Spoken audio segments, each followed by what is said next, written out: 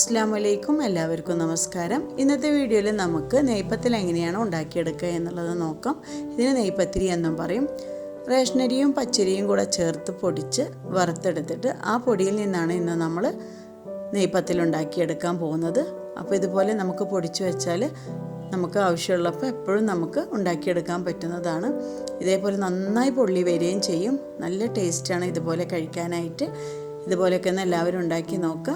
ഈ വീഡിയോ നിങ്ങൾക്ക് ഇഷ്ടപ്പെടുന്നുണ്ടെങ്കിൽ ലൈക്ക് ചെയ്യാനും ഷെയർ ചെയ്യാനും മറക്കരുത്. ഇനിയും സബ്സ്ക്രൈബ് ചെയ്യാത്തവരുണ്ട്, ഒന്ന് സബ്സ്ക്രൈബ് ചെയ്യണം. തൊട്ടടുത്തുള്ള ബെല്ലൈക്കൺ ക്ലിക്ക് ചെയ്യുക. ഇനി നമുക്ക് ഇതെങ്ങനെയാണ് ഉണ്ടാക്കിയെടുക്കുക എന്നുള്ളത് നോക്കാം.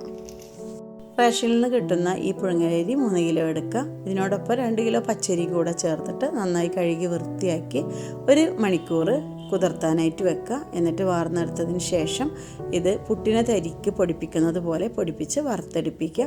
എന്നിട്ട് നമുക്ക് ഇതുകൊണ്ട് നെയ്പത്തിലും പുട്ടും ഒക്കെ ഉണ്ടാക്കിയെടുക്കാൻ പറ്റും. ഇപ്പോൾ വറുത്തെടുത്ത ആ പൊടിയിൽ നിന്ന് തന്നെയാണ് 2 കപ്പ് എടുത്തിട്ടുള്ളത്. പുട്ടിൻ്റെ തരിയുടെ ആ പാകത്തിന് തന്നെ വറുത്തെടുത്ത് കിട്ടിയിട്ടുണ്ട്. ഇനി നമുക്കിതിലേക്ക് ആവശ്യമുള്ളത് 1 കപ്പ് തേങ്ങയാണ്. പിന്നെ 1 ടീസ്പൂണ് നല്ല ജീരകം കൂടെ ചേർത്തിട്ടുണ്ട്. പിന്നെ 4 അല്ലി ചുവന്നുള്ളിയും കൂടെ എടുത്തിട്ടുണ്ട്. ഇത് 3ഉം കൂടെ ഒന്ന് നന്നായിട്ട് ഒതുക്കിയെടുത്തിട്ട് വരണം. ഇനി നമുക്ക് ഈ പൊടിയിലേക്ക് ആവശ്യത്തിനുള്ള ഉപ്പ് ചേർത്ത് കൊടുക്കണം. ഇപ്പോൾ ഈ പൊടി നല്ല തരിയോട് കൂടിയിട്ട് കിട്ടിയിട്ടുണ്ട്. ഇത് നമ്മൾക്ക് പുട്ടുണ്ടാക്കിയെടുത്താലൊക്കെ നല്ല ടേസ്റ്റാണ്. അതേപോലെ നമുക്ക് ആവശ്യമുള്ളപ്പോഴൊക്കെ നെയ്പത്തിൽ ഉണ്ടാക്കിയെടുക്കാനും പെട്ടെന്ന് തന്നെ ഇതുപോലെ ഉണ്ടെങ്കിൽ എടുത്ത് ഉണ്ടാക്കി കഴിക്കാമല്ലോ. നമുക്ക് ആവശ്യത്തിനുള്ള ഉപ്പൊക്കെ ഇട്ടിട്ട് ഇത് നന്നായി മിക്സ് ചെയ്തെടുക്കാം. ഇനി നമുക്ക് വേണ്ടത് വെള്ളം ചൂടാക്കി വെക്കണം. നന്നായി ചൂടായ വെള്ളമാണ് ഇതിലേക്ക് ഒഴിച്ചു കൊടുക്കുന്നത്. അപ്പോൾ നമുക്ക് വെള്ളം വെച്ച് കൊടുക്കാം. വെള്ളം നമ്മൾ ആവശ്യത്തിനുള്ളത് ചൂടാക്കാനായിട്ട് വെക്കുക. കുറച്ചായിട്ട് ഒഴിച്ചു കൊടുത്തിട്ടാണ് നമ്മളിത് വാട്ടിയെടുക്കുന്നത്. അപ്പോൾ വെള്ളം തിളച്ച് പോകരുത്, നന്നായി ചൂടായി കിട്ടിയാൽ മതി. അപ്പോൾ ഇത് ചൂടായി കിട്ടിയതിന് ശേഷം നമുക്കതിലേക്ക് ഒഴിച്ചു കൊടുക്കാം. അപ്പോൾ ഇതിലേക്ക് നമുക്ക് ചൂടുള്ള വെള്ളം ഒഴിച്ചു കൊടുക്കാം. കുറച്ചായിട്ട് ഒഴിച്ചു കൊടുത്തിട്ട് നന്നായി വാട്ടിയെടുക്കണം. വെള്ളം കൂടി പോകരുത്. പിന്നെ ഇതിങ്ങനെ ഈ പുട്ടിൻ്റെ തരിയായിട്ടുള്ളത് കാരണം കുറച്ച് വെള്ളം നമ്മളിങ്ങനെ ഒഴിച്ചു വെച്ചാലും പെട്ടെന്ന് തന്നെ നല്ല ടൈറ്റായിട്ട് വരും അത്. അപ്പോൾ നമ്മൾ പാകത്തിനനുസരിച്ചിട്ട് ഒഴിച്ചു കൊടുത്തിട്ട് ഇത് കുഴച്ചെടുക്കുക. എന്നിട്ട് നമ്മൾ കുഴക്കുന്ന സമയത്ത് കുറച്ച് വെള്ളം തൊട്ടിട്ട് ഇതേപോലെ കുഴച്ചെടുക്കുക. എന്നിട്ട് നമ്മൾ ഒതുക്കി വെച്ചിട്ടുണ്ടായിരുന്ന ആ തേങ്ങയും ഉള്ളിയും ജീരകം കൂടെ ഉള്ളത് ഇതിലേക്ക് ചേർത്ത് കൊടുത്ത് നന്നായി കുഴച്ചെടുക്കുക. ഇപ്പോൾ നന്നായി മാവ് പാകത്തിന് കുഴഞ്ഞ് കിട്ടിയിട്ടുണ്ട്. നമ്മൾ ശ്രദ്ധിക്കേണ്ടത് കുഴച്ചെടുക്കുമ്പോൾ വെള്ളം ചേർക്കുമ്പോൾ കൂടി പോകരുത്. അതേപോലെ തന്നെ നമ്മളിങ്ങനെ പരത്തിയെടുക്കുമ്പോൾ പൊട്ടി പോകണ ഒരു രൂപമാണെന്നുണ്ടെങ്കിൽ നന്നായി കുഴഞ്ഞ് കിട്ടിയിട്ടില്ല എന്നാണ് അർത്ഥം. അപ്പോൾ നമ്മൾ ഇതേ ഒരു രൂപത്തിൽ കിട്ടുന്ന വിധത്തിൽ കുഴച്ചെടുക്കുക. എന്നിട്ട് നമ്മൾക്കിതിനി പ്രസ്സിൽ വെച്ചിട്ട് പരത്തിയെടുക്കാം. ഞാൻ പത്തിരി പ്രസ്സാണ് ഉപയോഗിക്കുന്നത് പരത്താനായിട്ട്.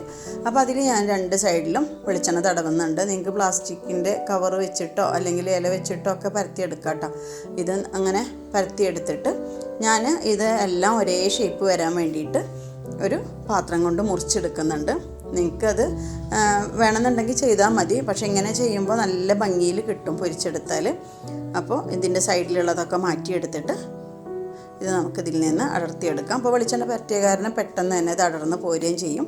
അപ്പോൾ ഈ ഒരു കനത്തിൽ വേണം നമുക്കിത് പരത്തിയെടുക്കാനായിട്ട്. നല്ല നൈസായി പോകാൻ പാടില്ല. ഇനി നമുക്കിത് ഓരോന്നായിട്ട് പൊരിച്ചെടുക്കാം.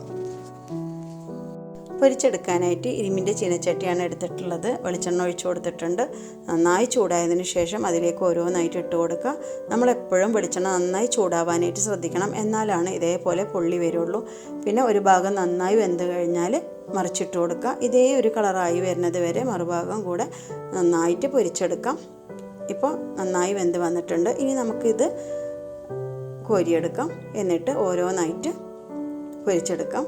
പിന്നെ നമ്മൾ ശ്രദ്ധിക്കേണ്ടത് എപ്പോഴും ഫ്ലെയിം നല്ല മീഡിയം ടു ഹൈ ഫ്ലെയിമിലായിട്ട് വെക്കാൻ നോക്കുക. ഫ്ലെയിം കുറഞ്ഞു കഴിഞ്ഞാൽ എണ്ണ നന്നായി കുടിക്കുകയും ചെയ്യും. ഇതേപോലെ പൊള്ളി വരികയും ചെയ്യില്ല.